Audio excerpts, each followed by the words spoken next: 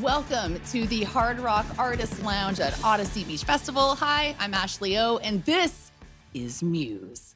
First of all. Hello. How's it going? Good. How are you guys? Doing great. Yeah. Doing good, thanks. Happy belated birthday. Thank you. Happy almost birthday. Yeah, it's my birthday in a couple of days. It was Chris's yesterday. Happy unbirthday. Yeah. Matt in 6 months. Yeah. So what'd you get for them? Like, do you throw joint birthday parties now? Yeah. What do you want for Christmas? I mean, sorry, your birthday. What do you want?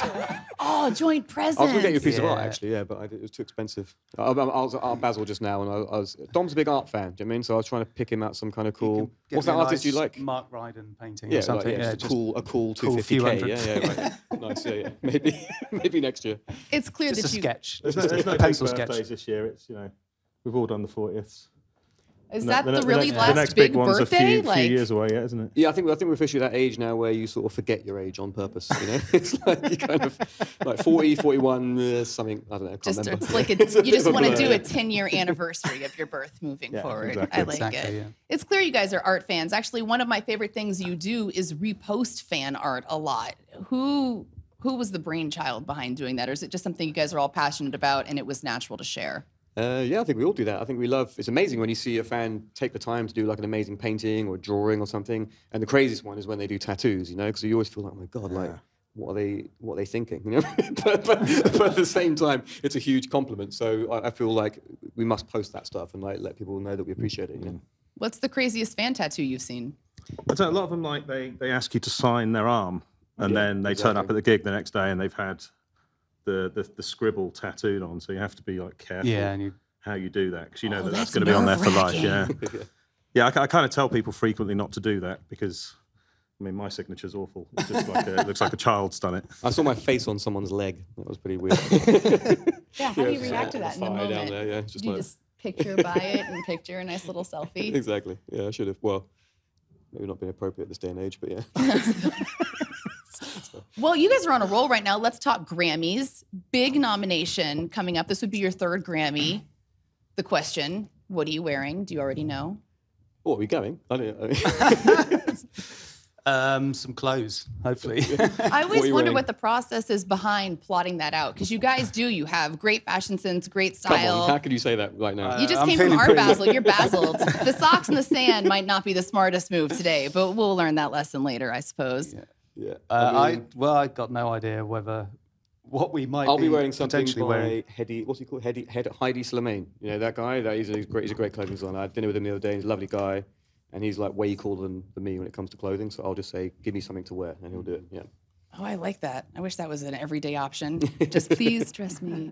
You guys will be celebrating the new album. It is The Will of the People. And what I love is it is a collection of your greatest hits of songs never released. Am I getting that right? That was kind of the idea, yeah. We reached a point in our record deal where we were supposed to do a greatest hits, you know, and we said, oh, can we just delay that for a little bit and we'll make up for it by making an album that sounds like a greatest hits. So that was kind of the idea that we took, you know. So it's kind of like every song's like a little bit of a kind of a revisit of something we've done before, but we tried to update it a bit, you know?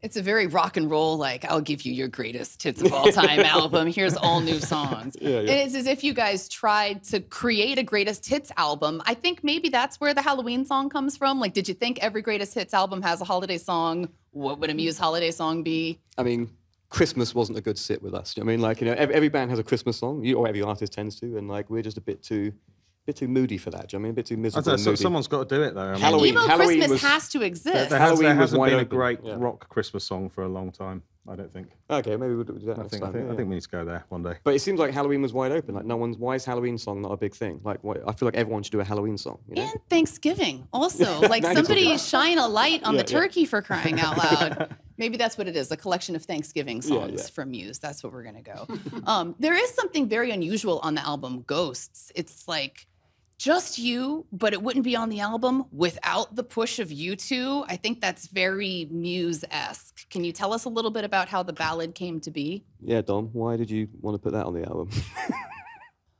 It's beautiful. It really is. I mean, out of all the tracks we had, you know, there was one song where obviously it was just Matt playing the piano. That was always what it was going to be.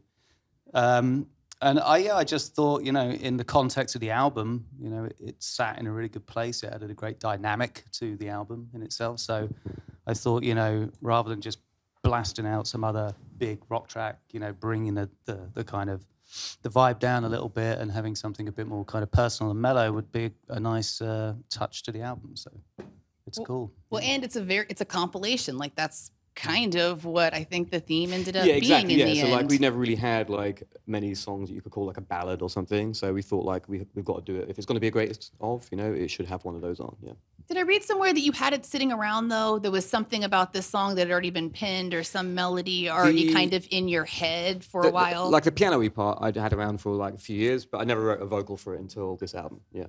That must be something that happens often, like quick ideas and then you write them down. Have you ever revisited an idea and thought, well, that was weird? I found out we accidentally revisited an idea on this album. I can't say the song name. It's We Are Effing Effed. We have a song called that on the album. Beep, beep, and I didn't even realize, but some fan posted on Instagram from 2006 or something ridiculous, us playing that verse riff just for like a second. The Psycho was that as well. I mean, Psycho was. Yeah, so there's old riffs that like riff. exactly. Yeah, Psycho was like mid-90s or something, and then like it appears on an album in 2016. So there's all sorts of weird forgotten riffs that just appear like many years later. That has to be fun to go back and see. I mean, it must be a box for inspiration too when you're feeling a little like, where are we going to go? What are we going to do? We need direction with something. Do you find yourself going back to all these old places?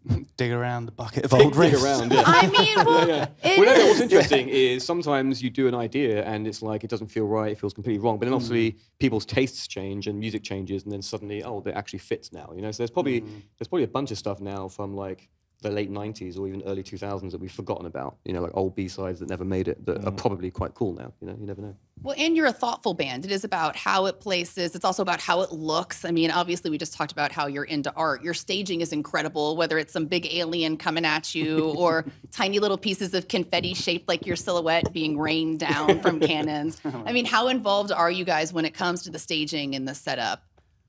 A great deal, yeah, we always have been. I think, you know, it's...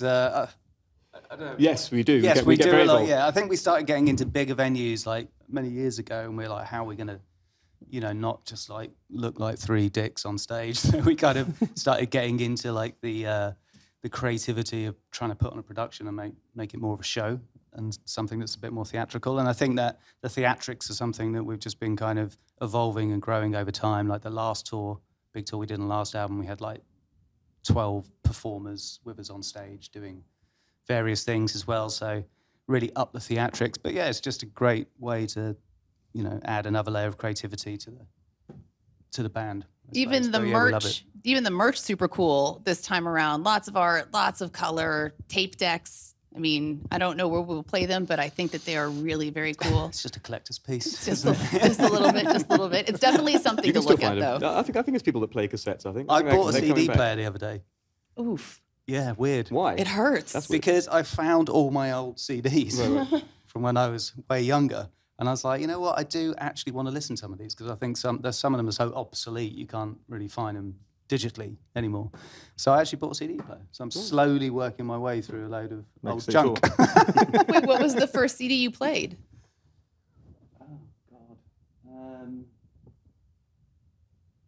I can't remember now. Don't know. Can't remember. Because it is like a library of unreleased music almost when you look back on them. I think it was, I don't know what it was. I think it was some weird Aphex Twin record or something like that. But yeah. Well, Will of the People, it is out. Check it out. Muse, thank you so much for sitting down and talking with us. Much appreciated. Yeah, thanks for having us. Cheers. Yeah, man, taking the stage real soon. Hey, if you missed the performance, AudacyBeachFestival.com.